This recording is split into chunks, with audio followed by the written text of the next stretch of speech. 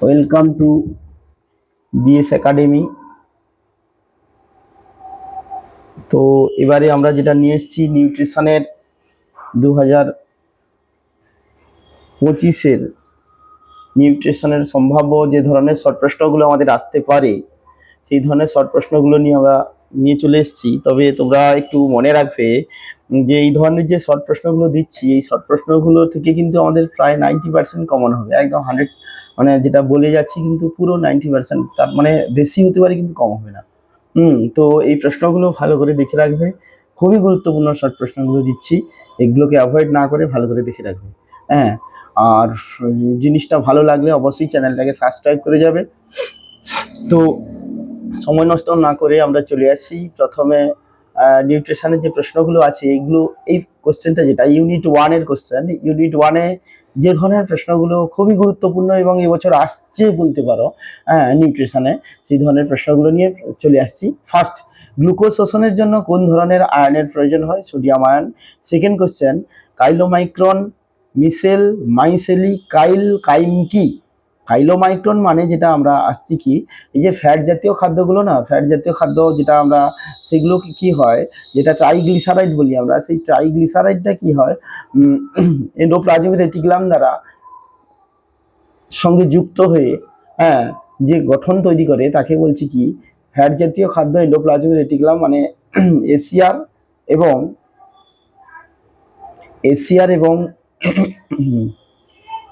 বাইল সল্টের সঙ্গে যুক্ত হয়ে যে গঠন তৈরি করে তাকে বলছে কাইলোমাইক্রন। ফ্যাট জাতীয় খাদ্য যে হিসাবে শোষিত হয় সেটা হচ্ছে কাইলোমাইক্রন বা ট্রাইগ্লিসারাইড।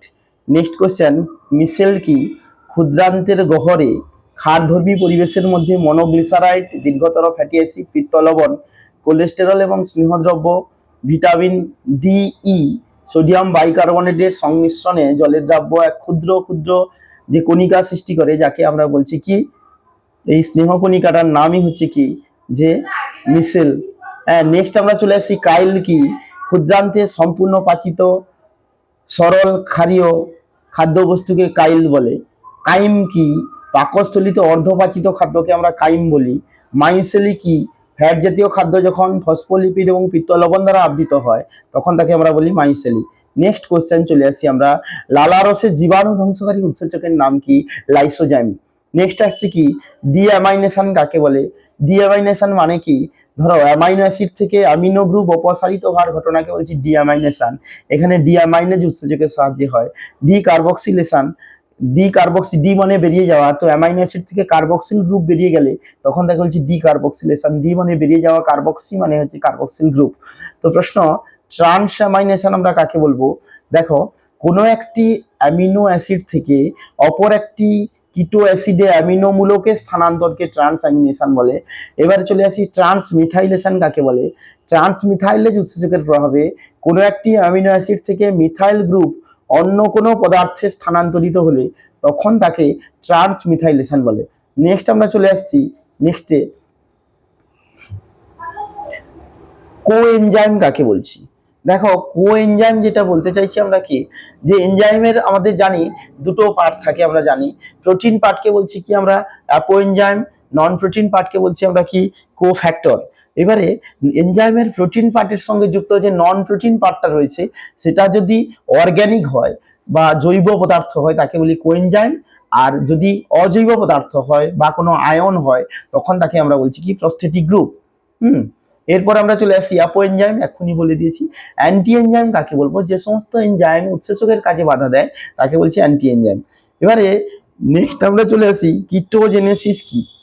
যকৃতে কিটোন বডি উৎপাদনের বৃদ্ধিকে বলা হয় কিটোজেনেসিস, বা উৎসেচকের কাজে বাধা দেয় তাকে বলছি অ্যান্টি এনজাইম। এবারে নেক্সট আমরা চলে আসি কিটোজেনেসিস কি? যকৃতে কিটোন বডি উৎপাদনের বৃদ্ধিকে বলা হয় কিটোজেনেসিস, বা কিটোন বডি উৎপাদনকেই আমরা কিটোজেনেসিস বলতে পারি। নেক্সট আমরা চলে আসি এসডিএ কি? এসডিএ কোন খাদ্যের সব থেকে বেশি? দেখো, এসডিএ বলতে চাইছি কি, স্বাভাবিক খাদ্য গ্রহণের পর খাদ্যের বিপাকজনিত কারণে আমাদের নর্মাল টেম্পারেচারের ঊর্ধ্বে একটা অতিরিক্ত তাপমাত্রা দেহে তৈরি হয়। সেই অতিরিক্ত তাপমাত্রাকে বলছি এসডিএ বা স্পেসিফিক ডায়নামিক অ্যাকশন। সব থেকে এসডিএ বেশি যার, সেটা হচ্ছে প্রোটিন জাতীয় খাদ্যের। নেক্সট আমরা চলে আসি কিটোনুরিয়া কি। কিটোনুরিয়া মানে হচ্ছে কি, দেখো কিটোনুরিয়া মানে রক্তে কিটোন বডির পরিমাণ বৃদ্ধিকে আমরা বলি কিটোনেমিয়া। আর যখন ওটা মূত্রের মাধ্যমে বেরোবে তখন তাকে আমরা বলি কি, কিটোনুরিয়া। আচ্ছা, তাহলে আমাদের কিটোসিস কি, কার্বোহাইড্রেটের অভাব দেখা গেলে ফ্যাট জাতীয় খাদ্য অসম্পূর্ণ জারণের ফলে রক্তে কিটোন বডির পরিমাণ আস্তে আস্তে বাড়তে থাকে বা উৎপাদন বৃদ্ধি পায়। রক্তে এই কিটোন বডির পরিমাণ বৃদ্ধি পেলে যে অবস্থার সৃষ্টি হয় তাকে বলছি কিটোসিস। হয়েছে। এবারে গ্লাইকোসুরিয়া কি, আমাদের রক্তে গ্লুকোজের পরিমাণ কত থাকে 100 ml রক্তে গ্লুকোজের পরিমাণ থাকে 80 থেকে 120 মিলিগ্রাম। এই জায়গায় যদি গ্লুকোজের পরিমাণটা বাড়তে থাকে, দেখা যায় আমাদের রক্ত প্রায় 180 পর্যন্ত সহ্য করতে পারে। এরপর যদি হয়, একে বলি আমরা রেনাল থ্রেশহোল্ড, এই মাত্রা পর্যন্ত সহ্য করতে পারে। এরপর যদি গ্লুকোজের মাত্রা আরো বৃদ্ধি পায় তাহলে মূত্রে গ্লুকোজের উপস্থিতি লক্ষ্য করা যাবে, যাকে আমরা বলি কি, গ্লাইকোসুরিয়া। নেক্সট চলে আসি নিওগ্লুকোজেনেসিস কি, অশর্করা জাতীয় পদার্থ থেকে গ্লুকোজ উৎপাদন পদ্ধতিকে নিওগ্লুকোজেনেসিস বলি। এটা আমাদের স্টারভেশন কন্ডিশন, আমরা যখন স্টারভেশনে থাকি, ক্ষুধার্ত কন্ডিশনে দীর্ঘদিন অনশনে থাকি, তখনই এই নিওগ্লুকোজেনেসিস ঘটে। নন কার্বোহাইড্রেট সোর্স থেকে কি হয়, গ্লুকোজ তৈরি হয়। কিটোনুরিয়া কি, মূত্রে কিটোন বডির উপস্থিতিকে কিটোনুরিয়া বলে। নেক্সট আমরা চলে আসি যে কোলোস্ট্রাম কি, এতে কোন অ্যান্টিবডি থাকে। সন্তান প্রসবের 2 থেকে 3 দিন পর মাতার স্তন গ্রন্থি থেকে খরিত হলুদ আঠালো চটচটে পদার্থকে বলছি কোলোস্ট্রাম। এতে আইজি অ্যান্টিবডি সব থেকে বেশি থাকে। খুব গুরুত্বপূর্ণ প্রশ্ন। 1 গ্রাম শর্করা, প্রোটিনের এবং ফ্যাটের তাপন মূল্য কত? 1 গ্রাম শর্করার তাপন মূল্য 4.1 কিলো ক্যালোরি, 1 গ্রাম প্রোটিনের তাপন মূল্য 4.1, 1 গ্রাম ফ্যাটের তাপন মূল্য 9.3। নেক্সট আমরা চলে আসি বিএমআর কি, এটা আই হবে। বিএমআই কি, বডি মাস ইন্ডেক্স এর ফুল ফর্ম। এরপর আমরা চলে আসি কি, যে তাপন মূল্য পরিমাপক যন্ত্রের নাম কি, বম্ব ক্যালোরিমিটার। ঘুমের সময় আমাদের বিএমআর কত শতাংশ হ্রাস পায়? 5%। একটি কিটোন বডির উদাহরণ হলো অ্যাসিটিক অ্যাসিড। পাগরসের জীবাণু ধ্বংসকারী একটি উৎসেচকের নাম হলো HCl। পাগরসের পিএইচ কত? 0.9 থেকে 1.5। তারপর বলছি কি, 1 ডিগ্রি সেলসিয়াস এবং 1 ডিগ্রি ফারেনহাইট তাপমাত্রা বৃদ্ধিতে বিএমআর কত শতাংশ বৃদ্ধি পায়? 1 ডিগ্রি সেলসিয়াস তাপমাত্রা বৃদ্ধিতে বিএমআর বাড়ে 12 থেকে 13%। 1 ডিগ্রি ফারেনহাইট তাপমাত্রা বৃদ্ধিতে বিএমআর বাড়ে মাত্র 7%। 1 কিলো সমান কত কিলো জুল? 1 কিলো সমান 4.184 কিলো জুল। ভারী পরিশ্রমী পুরুষ কিংবা মহিলার শক্তির চাহিদা কত? আমরা যদি দেখি যারা ভারী পরিশ্রম করে সেই সমস্ত পুরুষের শক্তির চাহিদা 3490 কিলো ক্যালোরি। একটা মহিলার শক্তির চাহিদা ভারী পরিশ্রমী, সেখানে 2850 কিলো ক্যালোরি। নেক্সট আসছি, মাঝারি পরিশ্রমী পুরুষ এবং মহিলার শক্তির চাহিদা কত? মাঝারি পরিশ্রমী মহিলার শক্তির চাহিদা 2230 কিলো ক্যালোরি এবং পুরুষের 2730 কিলো ক্যালোরি। 70 বছরের বৃদ্ধার শক্তির চাহিদা কত? 1500 থেকে 1800 কিলো ক্যালোরি পার ডে। আচ্ছা, এরপর নেক্সট কোশ্চেনে চলে আসি, 4 থেকে 6 বছরের বেশি বয়সী শিশুদের শক্তির চাহিদা কত হবে? শক্তির চাহিদা হবে যেটা হচ্ছে 13। এবার চলে আসছি আমরা 4 থেকে 6 মাস বয়সী শিশুর শক্তির চাহিদা কত? 92 কিলো ক্যালোরি, হ্যাঁ, পার কেজি বডি ওয়েট। এবার আমরা চলে আসছি কি, নেক্সট আমরা চলে আসছি কি, 1 থেকে 3 বছর বয়সী শিশুর শক্তির চাহিদা কত? 1060 কিলো ক্যালোরি। এই সেল খরিত হয় কোন কোষ থেকে? অক্সেন্টিক কোষ থেকে, পাকস্থলীর অক্সেন্টিক কোষ বা প্যারাইটাল সেল থেকে। নেক্সট আমরা চলে আসি, গর্ভবতী ও স্তনদায়ী মায়ের শক্তির চাহিদা কত? গর্ভবতী মায়ের শক্তির চাহিদা 2580 কিলো ক্যালোরি পার ডে, আর স্তনদায়ী মায়ের হলে 2830 কিলো ক্যালোরি পার ডে। এরপর চলে আসি আমরা ভিটামিন B12 শোষণকারী পাচক রসের নাম কি? হ্যাঁ, পাচক রসে উপাদান উপস্থিত পদার্থের নাম হচ্ছে castle intensive factor. Very much important question. পরিচক্র নিয়ন্ত্রণকারী হরমোনের নাম লেখো। ইনসুলিন, গ্লুকাগন এবং অ্যাডিনালিন। সবাত এবং অবাত শোষণের গ্লাইকোলাইসিসে উৎপন্ন এটিপির পরিমাণ কত? সবাত শোষণে 2 অণু, এটা একটু ভুল লিখেছে। সবাত শোষণে 8 অণু, অবাধ শোষণের 2 অণু। এবার আমরা চলে আসি নেক্সট হচ্ছে গ্লুকোজের সবাত জারণে উৎপন্ন পদার্থগুলির নাম এবং উৎপন্ন এটিপির পরিমাণ কত। সবাত জারণে উৎপন্ন পদার্থগুলি হচ্ছে CO2 এবং জল। এটিপি তৈরি হয় 38 অণু এটিপি। এরপর চলে আসি পেপসিনোজেন এবং ট্রিপসিনোজেনের অ্যাক্টিভেটরের উদাহরণ দাও। খুব গুরুত্বপূর্ণ প্রশ্ন। এদের অ্যাক্টিভেটর যদি আমরা ভালো করে দেখি, এর অ্যাক্টিভেটর যেটা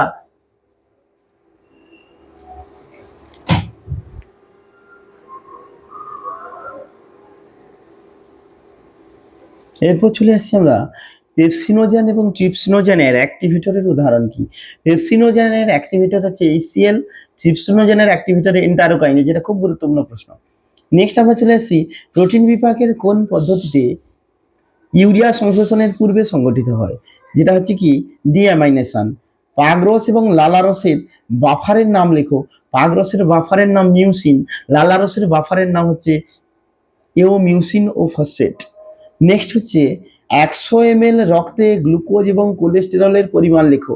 100 ml রক্তে গ্লুকোজের পরিমাণ 80 থেকে 120 মিলিগ্রাম, কোলেস্টেরলের পরিমাণ যেটা 150 থেকে 250 মিলিগ্রাম। নেক্সট চলে আসি যকৃতে জীবাণু ধ্বংসকারী এবং অ্যালার্জি প্রতিক্রিয়ায় অংশগ্রহণকারী কোষের উদাহরণ দাও। জীবাণু ধ্বংসকারী কোষ হচ্ছে কুফার কোষ, অ্যালার্জি প্রতিক্রিয়ায় অংশগ্রহণকারী কোষ হচ্ছে মাস্ট কোষ। নেক্সট আমরা চলে আসছি কি যকৃতে অ্যালার্জি প্রতিক্রিয়ায় অংশগ্রহণকারী আরও কিছু পদার্থ রয়েছে, যেগুলোর নাম হিস্টামিন, সেরাটোনিন। ভ্রূণ অবস্থায় কোন অঙ্গ থেকে লোহিত রক্তকণিকা উৎপন্ন হয়? যকৃৎ এবং প্লীহা থেকে। নেক্সট কোশ্চেন, ব্রুনারের গ্রন্থি ক্রিপস অফ লিভার কোহনন কোথায় অবস্থিত? ব্রুনারের গ্রন্থি অবস্থান করে ক্ষুদ্রান্তে, হ্যাঁ, আর ক্রিপস অফ লিভার কোহনন এটাও ক্ষুদ্রান্তে। নেক্সট আমরা চলে আসছি বিএমআর বৃদ্ধিকারী একটি মেডিসিনের নাম বেঞ্জিড্রিন। নেক্সট আমরা চলে আসছি কি একটি পিত্ত লবণ এবং পিত্ত রঞ্জকের নাম লেখো। পিত্ত লবণ সোডিয়াম টরোকোলেট, সোডিয়াম গ্লাইকোকোলেট, আর পিত্ত রঞ্জক হচ্ছে বিলিরুবিন, বিলিভার্ডিন, যেটা মলমূত্রের বর্ণ নিয়ন্ত্রণে বা নির্ধারণে সাহায্য করে। কোন গ্রন্থির ক্ষরণে কোনো উৎসেচক থাকে না? অবশ্যই যকৃৎ, সব থেকে বড় গ্রন্থি, সব থেকে বড় অঙ্গ। নেক্সট আমরা চলে আসছি কি গ্লুকোজ শোষণের প্রধান স্থান কোনটি? ক্ষুদ্রান্ত। নেক্সট আমরা চলে আসছি কি ফ্যাট জাতীয় খাদ্য থেকে, ফ্যাট জাতীয় খাদ্য কি রূপে শোষিত হয়? কাইলোমাইক্রন বা ট্রাইগ্লিসারাইড। ফ্যাট শোষিত হয়ে কোথায় প্রবেশ করে? যেমন আমাদের কার্বোহাইড্রেটগুলো শোষিত হয়ে যায় রক্তে, ফ্যাট অধিকাংশ ফ্যাট শোষিত হয়ে যায় লসিকায়। নেক্সট আমরা বা ল্যাকটিয়ালে। স্তনদানকালে বিএমআর হ্রাস পায় কেন? খরিত দুগ্ধের মাধ্যমে দেহের ফ্যাটের পরিমাণ হ্রাস পায়, তাই স্তনদানকালে বিএমআর হ্রাস পায়। একজন মহিলার প্রতিদিন খরিত দুগ্ধের পরিমাণ কত? 600 মিলিলিটার। গর্ভাবস্থায় ভ্রূণের মস্তিষ্ক গঠনের জন্য কোন অ্যামাইনো অ্যাসিডের প্রয়োজন হয়? টরিন ও ট্রিপ্টোফ্যান। শিশুদের মানসিক বিকাশের জন্য কোন হরমোনের প্রয়োজন হয় এবং কোন খনিজ উপাদানের প্রয়োজন হয়? খনিজ উপাদান বললে প্রয়োজন হয় এবং কোন খনিজ উপাদানের প্রয়োজন হয়? খনিজ উপাদান বললে অবশ্যই আয়োডিন, হরমোন বললে থাইরক্সিন। মানুষের দন্ত সংকেত কি? ইনসিসর 2/2, ক্যানাইন 1/1, প্রিমোলার 2/2, আর মোলার হচ্ছে 3/3। নেক্সট আমরা চলে আসছি কি লালারস এবং অগ্নাশয় রসে এবং আন্তরিক রসের পিএইচ কত?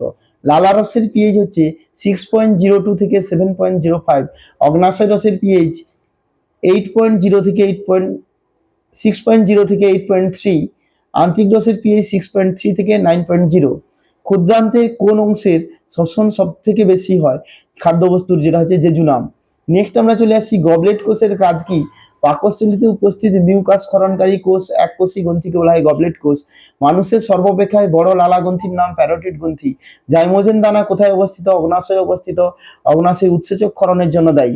আইলেটস অফ ল্যাঙ্গারহ্যান্সের আলফা কোষ, বিটা কোষ, ডেল্টা কোষ থেকে খরিত হরমোন আলফা কোষ গ্লুকাগন, বিটা কোষ ইনসুলিন, ডেল্টা কোষ সোমাটোস্ট্যাটিন।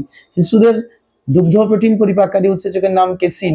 তারপর চলে আসছি কি যকৃতের পিত্ত এবং পিত্তাশয়ের পিত্তের মধ্যে পার্থক্য লেখো। যকৃতের পিত্তের তুলনায় পিত্তাশয়ের পিত্তের পিত্তথলির পিত্তের গাঢ়ত্ব প্রায় 5 থেকে 10 গুণ বেশি। হ্যাঁ, মেটাল অ্যাক্টিভেটর এনজাইম কি? মেটাল অ্যাক্টিভেটর এনজাইম মানে যে সমস্ত এনজাইমকে সক্রিয় করতে গেলে ধাতুর প্রয়োজন হয় তাদের বলছি কি মেটাল অ্যাক্টিভেটেড এনজাইম। এই মেটাল অ্যাক্টিভেটেড এনজাইম যেমন হচ্ছে কাইনেজ। নেক্সট আমরা চলে আসি আইসো এনজাইম কাকে বলে, যে সমস্ত এনজাইমের কাজ একই কিন্তু গঠন আলাদা তাদেরকে আমরা বলছি আইসো এনজাইম। যেমন ল্যাকটিক ডিহাইড্রোজিনেজ, যার 5টা আইসো এনজাইম আছে, LDH 1 2 3 4 5। নেক্সট আমরা চলে আসছি কি পেরিস্টালিস কি, পৌষ্টিক নালীর মধ্যে খাদ্যবস্তুর বিচলন বা পৌষ্টিক নালীর বিচলনকেই আমরা বলছি পেরিস্টালিস। নেক্সট হচ্ছে দুধে কোন আয়ন ও ভিটামিনের পরিমাণ খুবই কম থাকে, ভিটামিন সির পরিমাণ কম থাকে, আয়ন বললে কপার।